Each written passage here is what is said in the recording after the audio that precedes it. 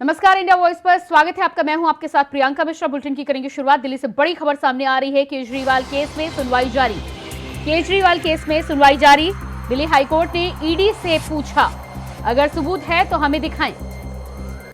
अगर सबूत है तो हमें दिखाएं। ईडी ने कोर्ट में कहा, हमारे पास सबूत है। दोपहर 2:30 बजे हमें सबूत दिखाएं। हाईकोर्ट की बातचीत सामने आई है।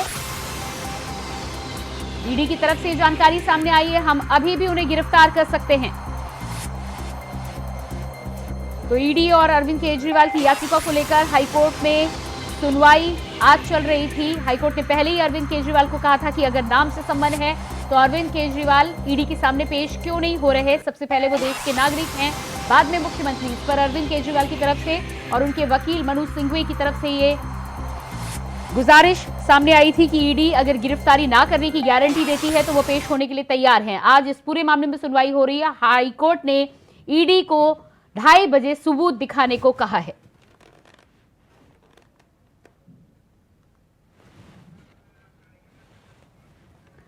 और इसी खबर पर दिल्ली से हमारे साथ संवाददाता अजय चौहान लाइव जुड़ चुके हैं। जी अजय, जिस तरह से पूरे मामले में आज एक बार फिर से अरविंद केजरीवाल की याचिका पर हाईकोर्ट में सुनवाई हो रही है। हाईकोर्ट ने 2:30 बजे का समय ईडी को दिया है। उन्होंने कहा है कि अगर कोई सबूत है तो उनके सामने लाए जाएं। बिल्कुल, देखिए अरविंद केजरीवाल कहीं ना कहीं एक तो वादा करते हैं कि हम गिरफ्तार करने से कभी डरते नहीं है, हमें गिरफ्तार कर ले, लेकिन दूसरी तरफ डरते हैं कि कोई ईडी हमें गिरफ्तार ना कर ले। सबूत मांगते हैं, सबूत देते हैं। अब हाईकोर्ट ने कहा कि हमें दिखाइए आपके पास क्या दस्तावेज है, क्या क्या नाम लिखा है, उसका आपके नाम से कैसे। तो कहीं ना कहीं अरविंद केजरीवाल की जो मुश्किल है वो लगातार अपने ही बातों में फंसते नजर आ रहे हैं। एक तरफ कहते हैं मैं सच्चा ईमानदार आदमी हूँ, मैं जाना तैयार हूँ। एक तरफ कहते हैं मुझे सुरक्षा चाहिए, मुझे गिरफ्तार ना करे, ये लिखित में मुझे चाहिए। यानी हाई कोर्ट से अरविंद केजरीवाल के वकील कहते हैं कि हमें लिखित में दीजिए, अरविंद केजरीवाल गिरफ्तार नहीं किया जाएगा।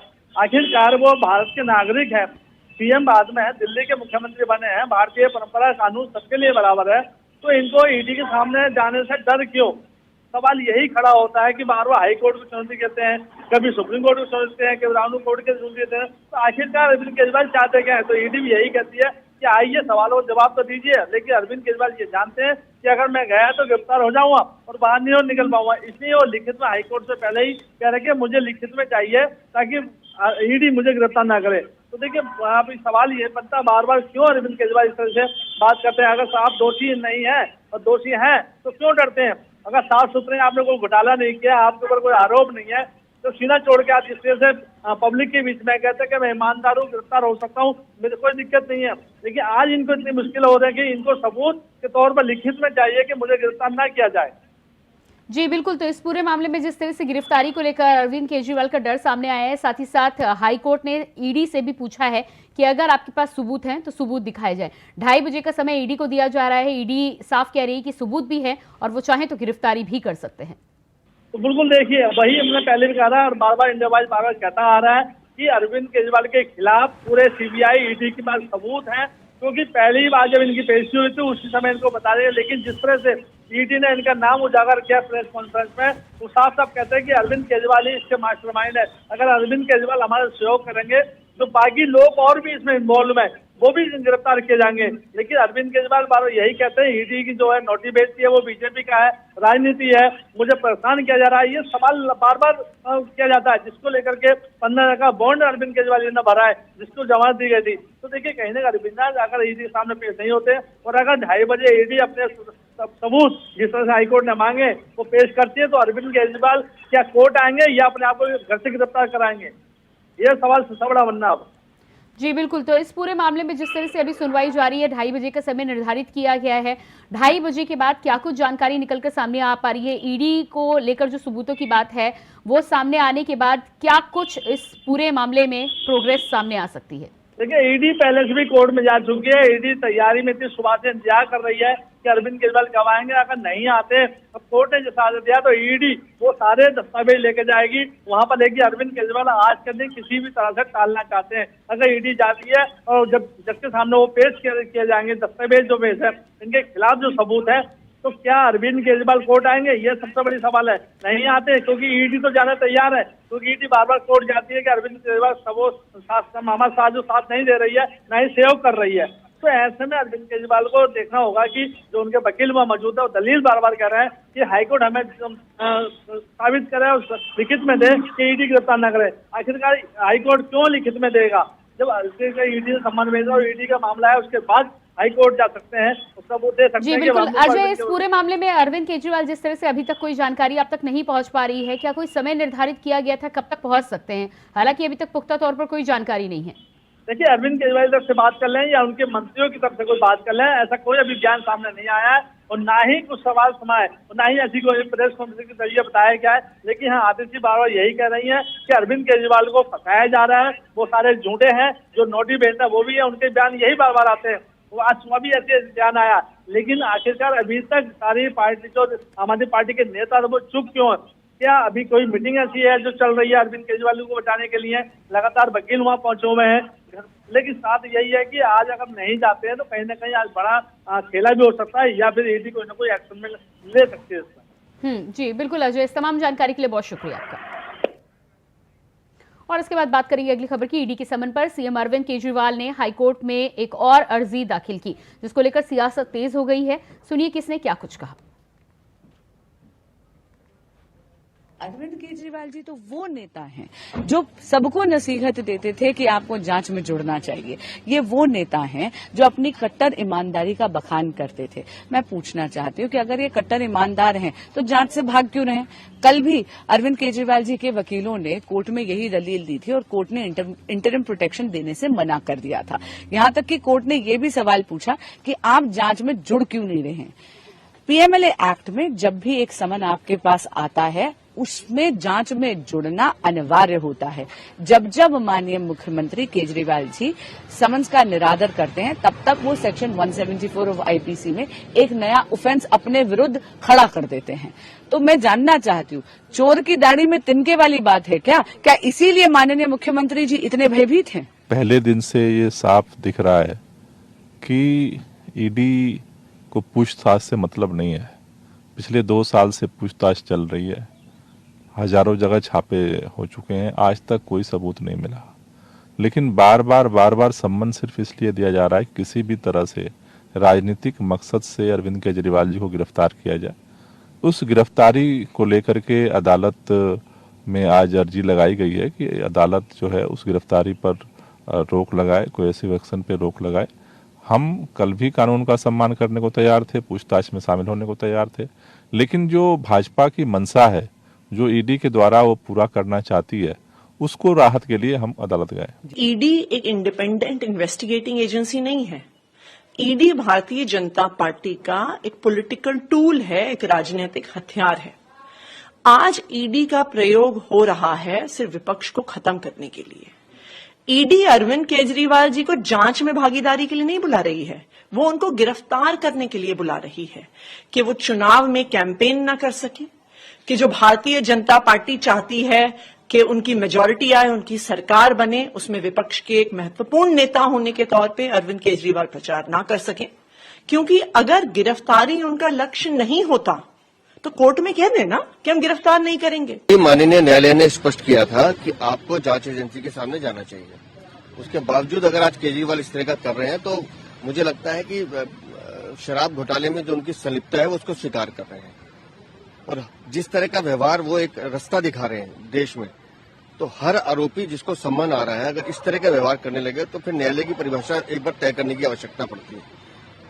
और केजरीवाल जो अपने आप को कट्टर ईमानदार कहते हैं, मुझे ऐसा लगता है कि उन्हें चाहिए कि जाके जांच एजेंसी के सामने जाएं, अपनी स्थिति स्पष्ट करें, क्यों एक कायरों की तरह बर्ताव कर रहे हैं।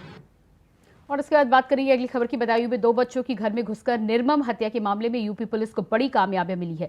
यूपी पुलिस ने इस हत्याकांड के दूसरे आरोपी जावेद को गिरफ्तार कर लिया है। अब तक मिली जानकारी के मुताबिक जावेद दोनों बच्चों की हत्या के बाद पहले दिल्ली भाग गया था, उसके बाद उसे बरेली से गिरफ्तार किया गया। आपको बता दें कि बदायूं हत्याकांड के अन्य आरोपी साजिद को पुलिस ने पहले ही एनकाउंटर में मार गिराया है। तो वहीं जावेद की अरेस्टिंग पर बच्चों के पिता का बयान सामने आया है, जहां उन्होंने कहा है कि जावेद का एनकाउंटर नहीं होना चाहिए, हत्या क्यों हुई ये पता लगना चाहिए। पुराने इसको गिरफ्तार की जाए और उससे पूरी पूछताछ की जाए और पूछताछ करने पे ही उसको पता चलेगा कि हम इसने ऐसा डरावना काम क्यों किया। अब जो मान लो पकड़ गया, मान लो अगर इसका इंतजाम तो कर दिया जाएगा, तो फिर पता ही राय नहीं खुलेगा हमारा, और राय खुलना जरूरी है।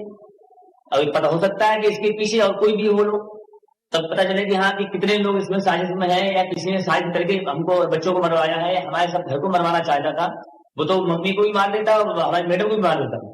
तो इस चीज को जो है कि जरा पुलिस और प्रशासन जो है इस पर ज्यादा गौर दे, ध्यान दे, इसको ऐसे गिरफ्तार किया जाए। दूसरे आरोपी को पकड़ने के लिए हमारे द्वारा 5 टीमें लगाई हैं। जनपद में लगातार प्रयास करें उसको पकड़ने के लिए, इंक्लूडिंग जो एसओजी की टीम है वो भी उसमें काम कर रही है, और उसके जितने भी नाते रिश्तेदार हैं सब जगह तलाश की जा रही है उसकी, और सारे प्रयास इस बात के लिए किए जा रहे हैं कि हम उसकी गिरफ्तारी जल्द से जल्द कर लें। जी हाँ, उसके ऊपर 25,000 रुपए का इनाम उसकी गिरफ्तारी के लिए घोषित किया गया है। जो पोस्टमार्टम रिपोर्ट हम लोग को प्राप्त हुई है उसके हिसाब से जो बड़ा बच्चा है आयुष, उसके ऊपर 14 घाव हैं, इंसाइज्ड वुंड्स हैं, धारदार हथियार से किए गए हैं, और जो हमने हथियार बरामद किया है मर्डर वेपन वो उससे मैच करता है, मेल खाता है। और जो दूसरा बच्चा है अहान, उसके ऊपर 2 चोटें हैं, वो भी इंसाइज्ड वुंड हैं, एक गर्दन पे चोट है, एक चेहरे पे चोट है, बड़े बच्चे के भी हाथों में भी चोट है। तो इस प्रकार, और सारे वुंड्स इंसाइज्ड वुंड हैं, और जो कॉज ऑफ डेथ है वो shock and haemorrhage because of antemortem injuries, ये डॉक्टर के द्वारा बताया गया है। वहीं जावेद की गिरफ्तारी से पहले उसका एक वीडियो भी वायरल हो रहा है जिसमें वो खुद को निर्दोष बताता हुआ नजर आ रहा है। दूसरी तरफ कुछ लोग उससे पूछताछ करते हुए नजर आ रहे हैं। हालांकि इंडिया वॉइस इस वीडियो की सत्यता की पुष्टि नहीं करता है। मैं तुरंत वहाँ से आया बदायूं के लिए, वहाँ पब्लिक बहुत थी, मैं सीधा दिल्ली भाग गया।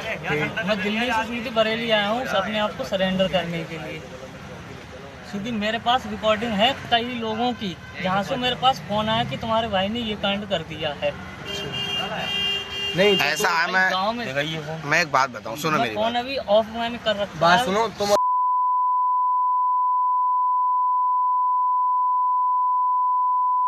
भाई मैं देखो बहुत सीधा शरीफ आदमी हूँ। देखो एक का तो एनकाउंटर हो चुका है। हाँ भाई, मैं वो कौन था जिसका मेरा बड़ा भाई था, लेकिन उसने किया था। मैं उसमें बिल्कुल ही मेरा कुछ नहीं है। मेरा नाम जावेद है ना? मेरा नाम क्या नाम है तुम्हारा? मोहम्मद जावेद। मोहम्मद जावेद। जिला कौन सा तुम्हारा? बदायूं जिला।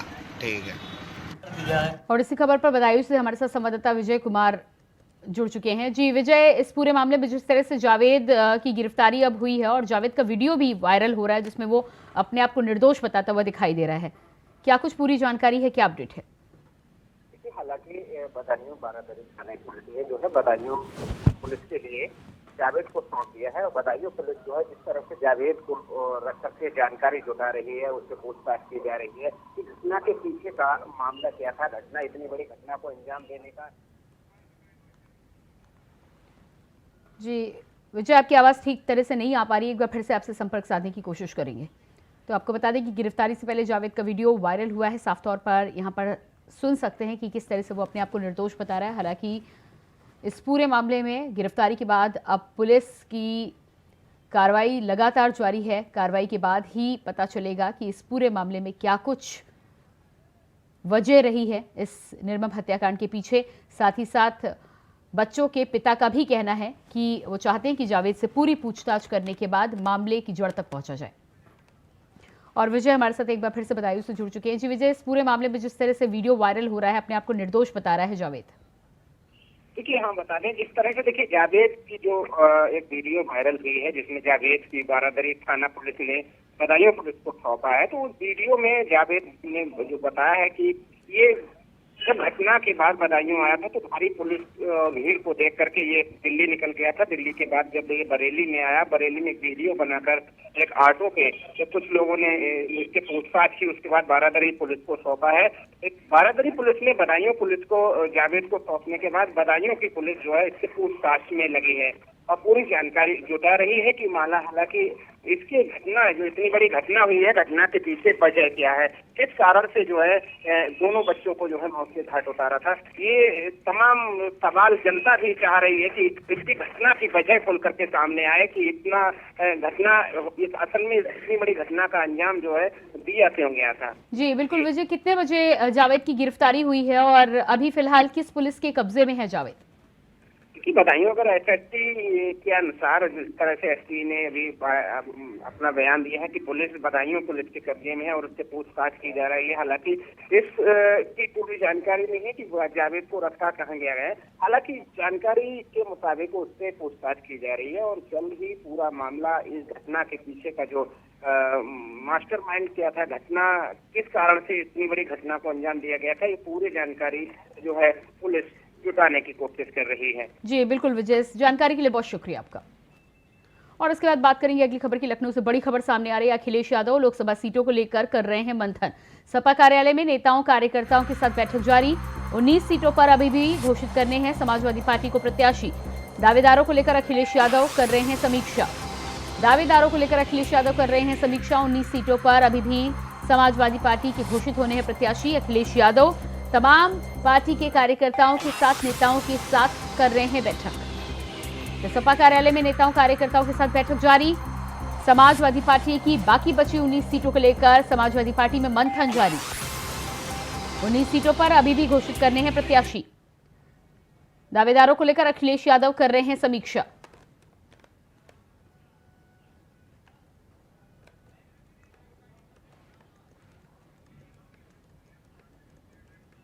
और इसी खबर पर यूपी से स्टेट हेड प्रियम पाठक हमारे साथ लाइव जुड़ चुके हैं। जी प्रियम, सपा सुप्रीमो अखिलेश यादव जिस तरह से कार्यकर्ताओं और नेताओं के साथ बैठक करते हुए नजर आ रहे हैं 19 सीटों पर प्रत्याशियों को लेकर, क्या कुछ ताजा अपडेट है? बिल्कुल जूही, देखिए लगातार इन दिनों राजनीतिक दलों के बीच में बैठकों का दौर जो है वो जारी है। लगभग सभी पार्टियों ने अपने अधिकतर सीटों पर जो प्रत्याशी हैं उनके नामों की घोषणा कर दी है और जो बची हुई सीटें हैं जिन पर अभी तक प्रत्याशियों की घोषणा नहीं की गई है उसको लेकर सभी राजनीतिक दल इन दिनों मंथन करते हुए नजर आ रहे हैं। समाजवादी पार्टी में भी इस समय लगातार जो बैठकें हैं वो देखने को मिल रही हैं और आज भी एक ये हाई लेवल की जो बैठक है वो समाजवादी पार्टी प्रदेश कार्यालय पर चल रही है, जिसमें प्रदेश के सभी पदाधिकारी और इसके अलावा खुद राष्ट्रीय अध्यक्ष अखिलेश यादव जो है वो इस बैठक में मौजूद हैं। और उसके अंदर माना जा रहा है कि जो बची हुई 19 सीटें हैं जिन पर अभी तक समाजवादी पार्टी ने अपने प्रत्याशियों के नाम की घोषणा नहीं की है, उनको लेकर इसमें मंथन किया जा रहा है। वहां की क्या रिपोर्ट्स कह रही हैं, क्या समीकरण कर रहे हैं, इन सभी चीजों को लेकर और क्या कुछ पार्टी के अंदर कौन कौन से दावेदार हैं, किन लोगों ने टिकट के लिए आवेदन किया है, उन सभी के नामों को लेकर जो है उसमें फिल्टर किया जा रहा है और देखा जा रहा है हर एक सीट को लेकर। इसके अलावा इस बैठक में माना जा रहा है कि अपना दल कैमरावादी ने जिस तरीके से 3 सीटों पर अपने प्रत्याशी उतारने की घोषणा करी है, जिसमें मिर्जापुर पर जहां समाजवादी पार्टी पहले ही अपने प्रत्याशी की घोषणा कर चुकी है राजेश एस बिंद की, वहां पर भी मिर्जापुर सीट पर भी जो है वो अपना दल कैमरावादी जो है उसने अपने प्रत्याशी को उतारने की घोषणा करी। तो उसको लेकर क्या कुछ किया जा सकता है उस पर भी इस बैठक के अंदर जो है वो मंथन किया जा रहा है। और इसके अलावा हर एक सीट को लेकर क्या वहां पर समीकरण बनता हुआ दिखाई दे रहा है, पिछले जो चुनाव के नतीजे रहे हैं उस सीट के वो क्या रहे हैं, वोट परसेंटेज की बात की जाए कास्ट वाइज वो वहां पर क्या है, इन सभी चीजों को लेकर इस पे मंथन किया जा रहा है। पूरी माना जा रहा है कि लिस्ट तैयार है और जल्द ही माना जा रहा है कि आज इस बैठक के बाद में समाजवादी पार्टी बची हुई सीटों पर भी अपने प्रत्याशियों के नाम की जो सूची है उसको जारी कर सकती है। कौन कौन से वो नाम होंगे, हालांकि इस पे जरूर सभी की निगाहें बनी हुई हैं कि जो उम्मीदवार हैं वो कौन होंगे, क्या समीकरण पार्टी अपनाती है, पार्टी के लिहाज से कौन से समीकरण जो है वो इन सीटों के लिहाज से फिट बैठ रहे हैं, इन सभी चीजों को लेकर मंथन फिलहाल अभी जारी है।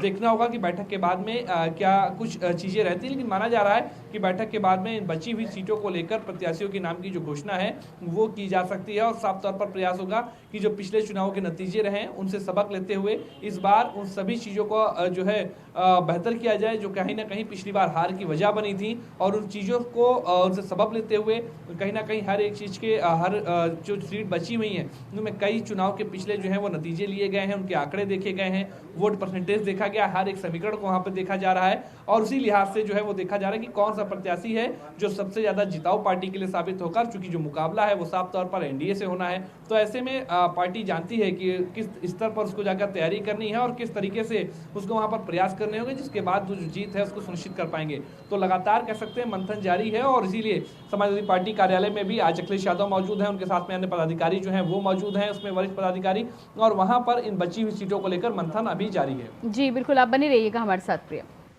तो लगातार आपको बता दें कि समाजवादी पार्टी में मंथन अभी भी 19 सीटों को लेकर जारी है। और इसके बाद लखनऊ से बड़ी खबर सामने आ रही है। आबिद अली को मिला इनाम, बीएसपी से आंवला लोकसभा सीट से लड़ेंगे चुनाव।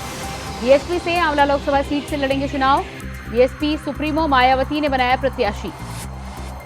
बीएसपी सुप्रीमो मायावती ने बनाया प्रत्याशी। आबिद अली को मिला बीएसपी से इनाम। बीएसपी आंवला सीट से लोकसभा प्रत्याशी बनाए गए आबिद अली। बीएसपी सुप्रीमो मायावती ने बनाया प्रत्याशी। सपा से इस्तीफा देकर ज्वाइन की थी बीएसपी। सपा से इस्तीफा देकर ज्वाइन की थी बीएसपी। बीएसपी से आंवला के प्रत्याशी होंगे आबिद। तो बीएसपी सुप्रीमो मायावती ने बनाया प्रत्याशी। आबिद अली को मिला बीएसपी से इनाम।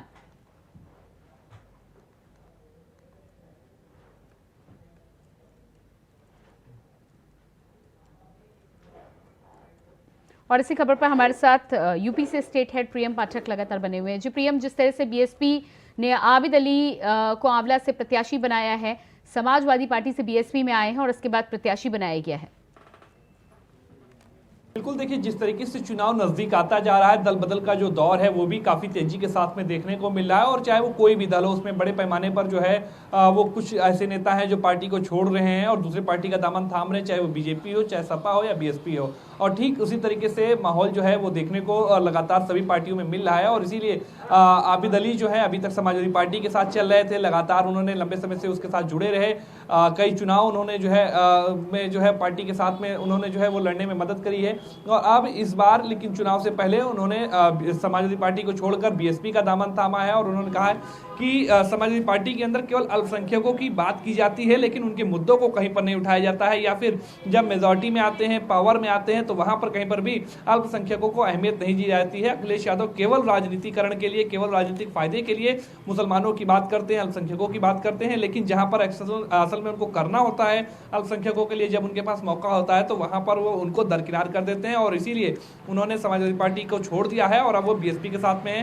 बीएसपी ने भी कहीं ना कहीं कह सकते हैं कि उनको वेलकम गिफ्ट के तौर पर जो है आंवला सीट से बतौर प्रत्याशी के तौर पर उतारा है और वहां से अब वो जो है वो चुनाव लड़ेंगे। इससे पहले अगर आप देखें तो आबिद अली जो है वो नगर पालिका के अध्यक्ष भी रहे हैं। तो इन सभी चीजों को चलते और उनके साथ में कई अन्य जो जिला स्तरीय नेता हैं, उन्होंने जो समाजवादी पार्टी को छोड़कर जो है वो बीएसपी का दामन थामा है। तो कह सकते हैं चुनाव से पहले एक बार फिर दल बदल का जो दौर है वो शुरू हो चुका है, जिसमें सभी जो नेता हैं जो वो कहीं ना कहीं अधिकतर ऐसे नेता हैं जो बड़े पैमाने पर जो है पार्टियां बदलते हुए नजर आ रहे हैं, जिनको कहीं ना कहीं लग रहा है कि शायद ये अवसर का वक्त है जहां पर वो बेहतर तरीके से परफॉर्मेंस कर सकते हैं या दूसरे दल में उनको ज्यादा अहमियत मिल सकती है।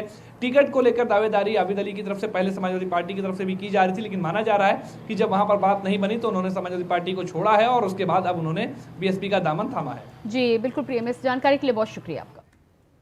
और इसके बाद बात करेंगे अगली खबर की। बाबा बागेश्वर धाम के मुख्य पुजारी धीरेन्द्र कृष्ण शास्त्री इन दिनों उत्तर प्रदेश के मुरादाबाद में हैं, जहां उनकी हनुमान कथा चल रही है। यहां उन्होंने मुरादाबाद का नाम बदलकर माधवनगर करने की मांग उठाई है। इसके लिए उन्होंने कई कारण भी गिनाए हैं। धीरेन्द्र शास्त्री ने कहा है कि भारत में इतने नाम बदल गए, जब फैजाबाद का नाम बदलकर अयोध्या हो सकता है, इलाहाबाद का नाम प्रयागराज हो सकता है, तो मुरादाबाद को अब माधवनगर कर देना चाहिए।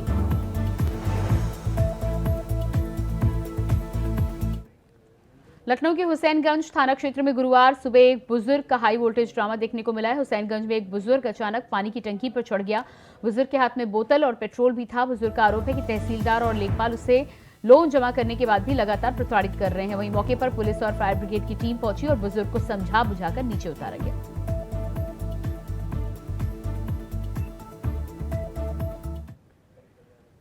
अमरोहा में रेलवे कर्मचारी का संदिग्ध परिस्थितियों में शव मिलने से हड़कंप मच गया। सरकारी आवास के पीछे पाइपलाइन के गड्ढे में कर्मचारी का शव पड़ा मिला है। वहीं शव मिलने की सूचना के बाद तुरंत पुलिस मौके पर पहुंची और मामले की जांच में जुट गई है।